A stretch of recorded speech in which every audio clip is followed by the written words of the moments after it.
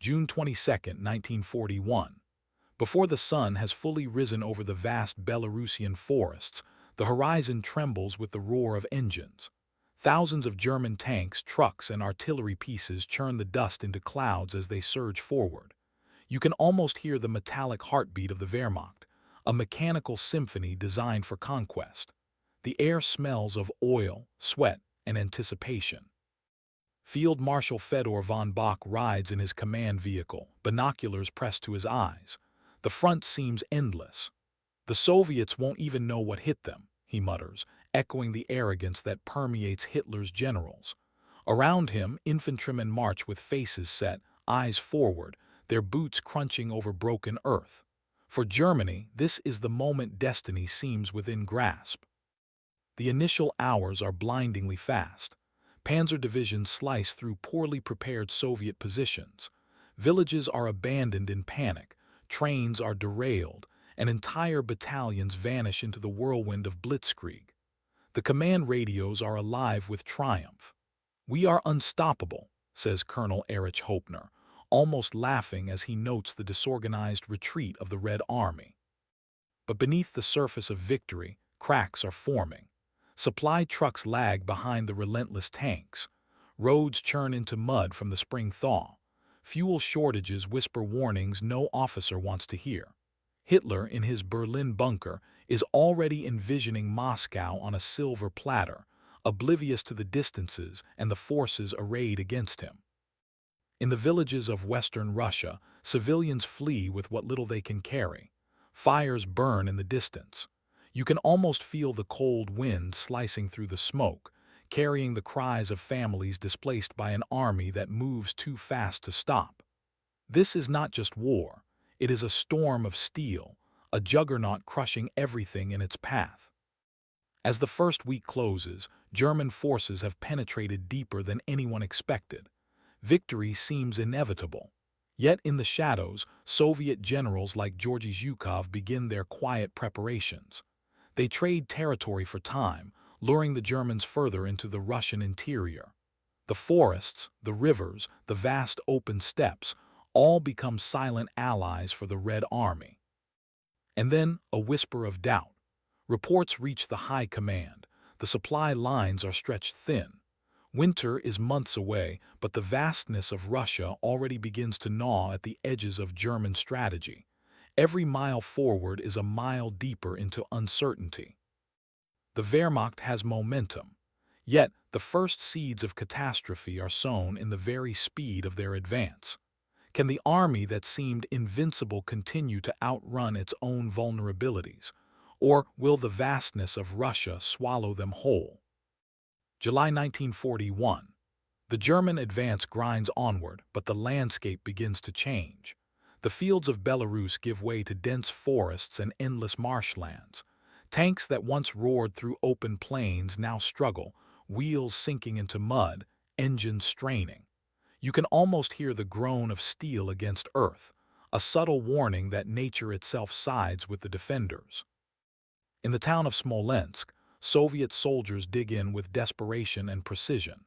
Infantry armed with Mosin-Nagant rifles, machine guns, and hastily laid mines create pockets of fierce resistance. The Germans encounter ambushes that are sudden, brutal, and maddeningly effective. Each street, each building, each forest clearing becomes a potential death trap. For the Wehrmacht, victory is no longer immediate. It is a fight for every inch. Colonel Heinz Guderian watches his divisions get caught in a web of sniper fire and counterattacks. "They are more organized than we thought," he reports. There is frustration in his voice, tinged with disbelief. Soviet commanders like Semyon Timoshenko coordinate their defenses with grim determination, trading lives for time, knowing that every delay weakens the German momentum. Meanwhile, supply convoys crawl hundreds of miles behind the front lines. Fuel, ammunition, and food become precious commodities. Drivers, exhausted from relentless travel, navigate roads choked with mud, destroyed bridges, and the constant threat of Soviet partisans. You can almost feel their anxiety, the tension thick in the air as they move with the knowledge that a single misstep could mean death. At night the forests echo with distant artillery fire and the cries of wounded soldiers. Camps are sparse, tents blown down by wind, fires barely enough to keep frostbite at bay. Officers argue over priorities, which units to push forward, which to hold back. The pace of war is relentless, but the German command begins to sense the impossible. The further they advance, the weaker they become. Hitler, meanwhile, grows impatient. Telegrams demand speed. Moscow must fall before winter. But generals in the field know something chilling. Every day of advancement stretches their forces thinner. Every skirmish consumes supplies that are impossible to replace. The war is no longer about strategy alone. It is about endurance, about survival against a land and an enemy that refuses to yield. And then comes the first major revelation. The Soviets are not collapsing. Instead, they are retreating methodically, destroying railways, burning crops, and drawing the Germans deeper into the Russian interior. The very ground that seemed like a prize becomes a trap. Every mile forward brings new danger, new exhaustion, and a growing sense of foreboding. The Wehrmacht has momentum, but the tide is shifting. Will the German war machine survive the attrition, or is it already sowing the seeds of its own destruction? October 1941. The sun hangs low over the Russian horizon, casting long, cold shadows across a landscape that has begun to feel endless. You can almost taste the bitter chill in the air, feel it bite through uniforms and boots. The once confident Wehrmacht is now crawling through mud, rain, and the first whispers of frost. The German advance toward Moscow slows to a crawl. Tanks falter in frozen rivers, engines seize in the sub-zero temperatures. Soldiers huddle in torn coats, trying to keep warm over feeble fires. Frostbite claims fingers and toes before bullets ever strike. You can almost hear the shivering groans of men, the creak of metal in the cold, and the distant echo of Soviet artillery. Hitler, oblivious in his Berlin bunker, demands speed. Telegrams insist, Moscow must fall, no excuses. But reality in the field is brutal. Commanders like Field Marshal von Bock send urgent reports. Fuel is scarce, trucks are failing, ammunition is running low, and morale is fraying. The Eastern Front is no longer a battlefield of tactics. It is a war against nature itself. Soviet forces, hardened by months of retreat and preparation, strike with calculated precision. Snipers pick off German officers. Partisans sabotage railways and convoys, turning every mile into a deadly maze. Each city taken by the Germans is gutted and abandoned, leaving them without supplies or shelter. The land itself seems to betray them. Winter is more than cold. It is a weapon. Soldiers' breath hangs in the air like smoke, weapons freeze in their hands, and frost-covered corpses line roads that stretch endlessly. Supply lines crack under the weight of impossibility. You can almost feel the creeping panic as commanders realize that every advance now costs more than it gains. By mid-November, the first true defeat looms. The Germans have reached the outskirts of Moscow, but the city's defenders are resolute. Soviet reinforcements arrive in trainloads, fresh and ready. The harsh winter has slowed the attackers, and for the first time, the invaders face the full force of Russian resilience. A chilling truth settles over the German ranks. Speed and surprise are no longer enough. The army that seemed unstoppable now struggles against cold, exhaustion, and an enemy that refuses to surrender. Winter is patient, relentless, and it does not negotiate. December 1941. The snow lies heavy across the Russian plains, a pristine white that hides chaos beneath. Roads are impassable, rivers freeze over only to crack under the weight of German tanks, and supply lines stretch like fragile threads across hundreds of miles. You can almost hear the snap of frost underfoot and the anguished groans of men and animals alike. The Wehrmacht's advance has stalled. Units are isolated, surrounded by terrain and temperatures they were never trained for. Ammunition is rationed, fuel is scarce, and food is often days or weeks away. Soldiers scavenge for firewood, shivering as frostbite claims those too slow or too unlucky.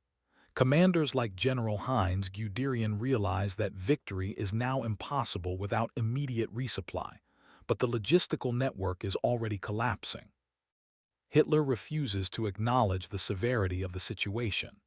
Orders continue to demand progress, but the gap between the front and supply depots widens with every kilometer. Convoys are ambushed by Soviet partisans, bridges are destroyed, and winter storms turn roads into impassable quagmires. You can almost feel the frustration and desperation of drivers stranded for days in sub-zero conditions. Meanwhile, the Soviets exploit every weakness. Reinforcements pour into key positions, using railways that Germans cannot reach. Cities are fortified, forests mined, and the German advance met with coordinated counterattacks. Each engagement drains resources further, turning victories into hollow gains. The more territory the Wehrmacht conquers, the more vulnerable it becomes. By mid-December, it's clear, Germany has trapped itself. The very speed that gave them initial advantage now exposes their most critical flaw. Supplies cannot keep up, men are exhausted, and morale is plummeting. Soldiers begin whispering fears once unthinkable. We will not take Moscow, we may not return. The Eastern Front, once a symbol of German might, has transformed into a frozen labyrinth of attrition. The army is strong, but the system sustaining it is breaking. And as the first massive Soviet winter counteroffensive begins to stir, a terrifying realization sets in. Hitler may have underestimated not only the Russian army, but Russia itself. January 1942. Moscow is no longer just a distant goal, it is a symbol of the limits Germany has reached. The Wehrmacht, once a roaring juggernaut, now moves like a wounded predator, struggling through snowdrifts, frost-bitten plains, and exhausted ranks. You can almost feel the tension, the silent fear in the eyes of soldiers who had been promised victory. Soviet forces, led by commanders like Georgy Zhukov and Konstantin Rokossovsky, launch a massive winter counteroffensive. Columns of infantry and tanks emerge from forests and frozen rivers, striking German flanks and rear positions. The attacks are relentless. The Germans, caught off guard and undersupplied, cannot regroup. Every kilometer gained in the summer is now contested with blood and frozen limbs. Soldiers in the German Sixth Army write letters they may never send. They huddle near makeshift fires, sharing rations that are dwindling fast. Horses and trucks die from cold, their carcasses left in the snow. The sound of artillery echoes across the plains, but it is not the only enemy. Hunger, frostbite, and despair are equally lethal. You can almost hear the whispers. We cannot hold much longer. Hitler in Berlin refuses to retreat. Orders continue to demand forward motion. Generals argue, plead, and report the impossibility of the situation. Yet the Führer's vision is unyielding. Moscow must fall. Meanwhile, Soviet armies encircle pockets of German troops, cutting supply lines entirely. Panic spreads quietly but steadily among officers and enlisted men alike. By February, the German offensive has crumbled. The initial shock of Operation Barbarossa is gone, replaced by exhaustion, attrition, and the relentless might of winter-hardened Soviet forces. The Wehrmacht is forced into retreat, leaving behind equipment, vehicles, and the dream of conquering the East. The Eastern Front has claimed its first real victories, not through spectacular battlefields alone, but through strategy, endurance, and the unforgiving Russian winter. Hitler's gamble, once bold and daring, has now become a cautionary tale of hubris and miscalculation. The question lingers in every frozen trench and every abandoned village. Could the Wehrmacht recover, or has the tide irrevocably turned against them? Spring 1942. The snow begins to melt, revealing the scars of a brutal winter.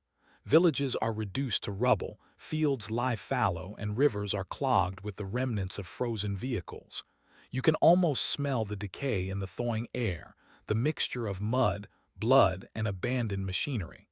The Eastern Front has become a monument to overreach.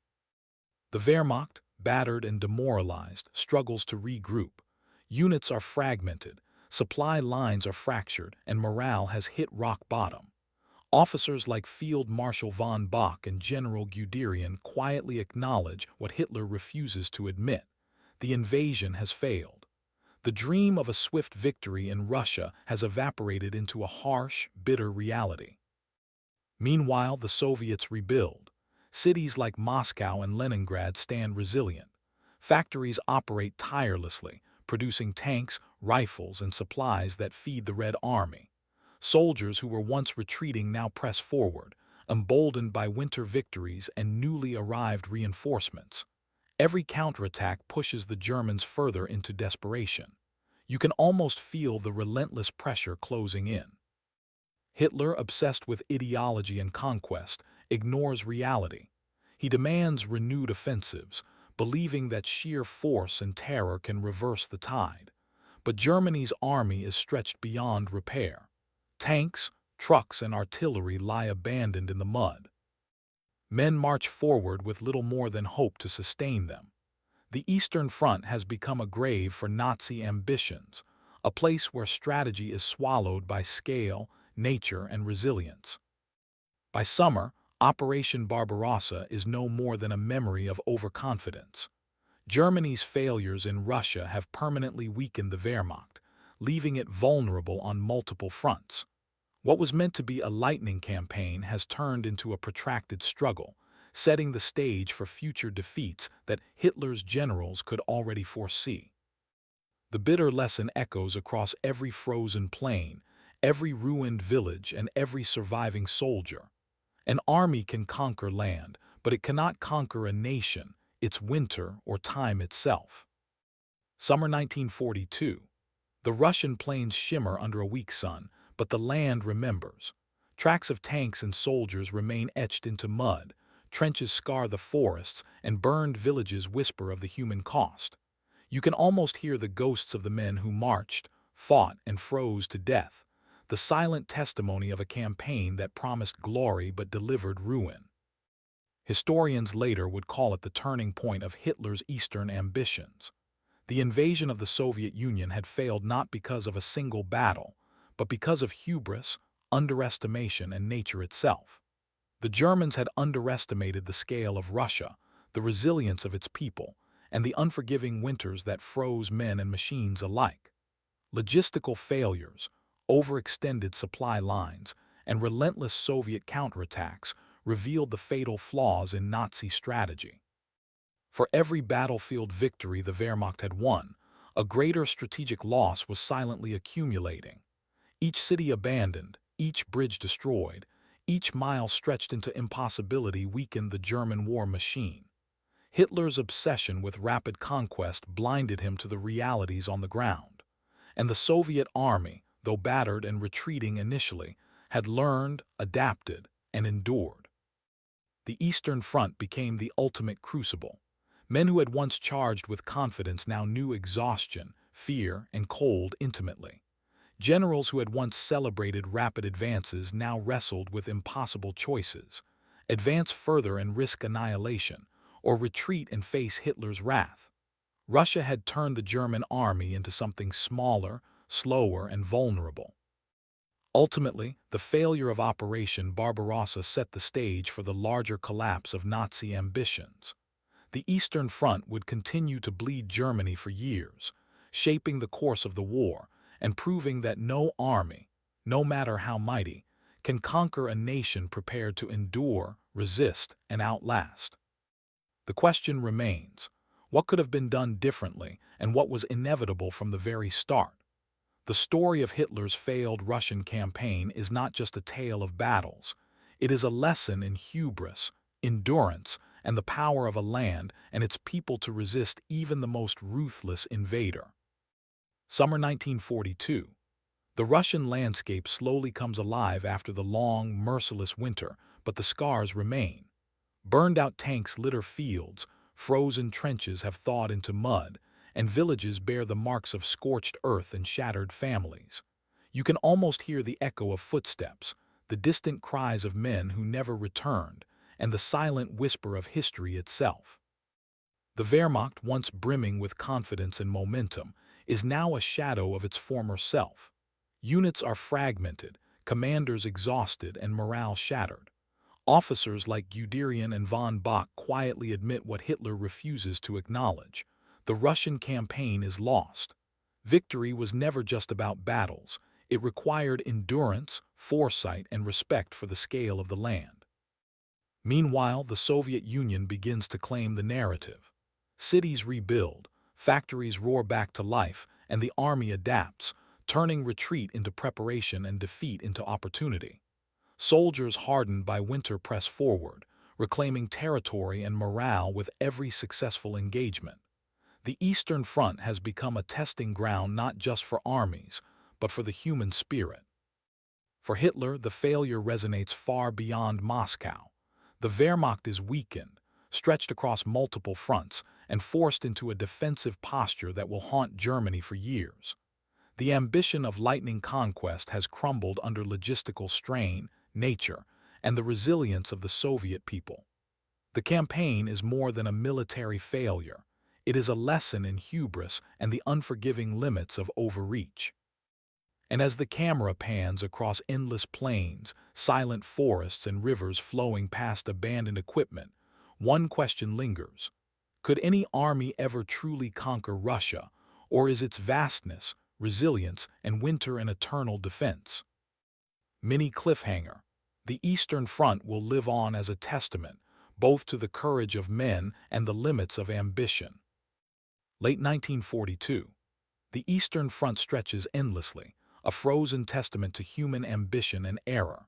You can almost feel the weight of every mile, the frozen rivers, shattered villages, and silent forests that swallowed entire divisions.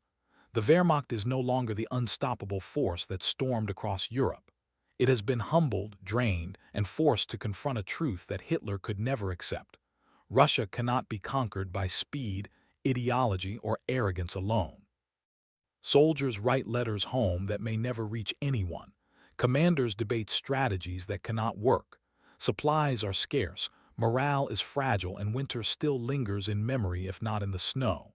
Every success of the past summer feels like a fleeting illusion now, replaced by the harsh reality of attrition and resistance. You can almost hear the whispers among the men. We are trapped. We are failing. The failure of Operation Barbarossa reverberates far beyond the battlefield. It weakens Germany on multiple fronts, emboldens the Allies, and sets the stage for the slow, grinding collapse of Nazi power. It is a story of human hubris meeting a nation that refuses to bow, of strategy clashing with scale, and of ambition frozen in the unforgiving Russian winter.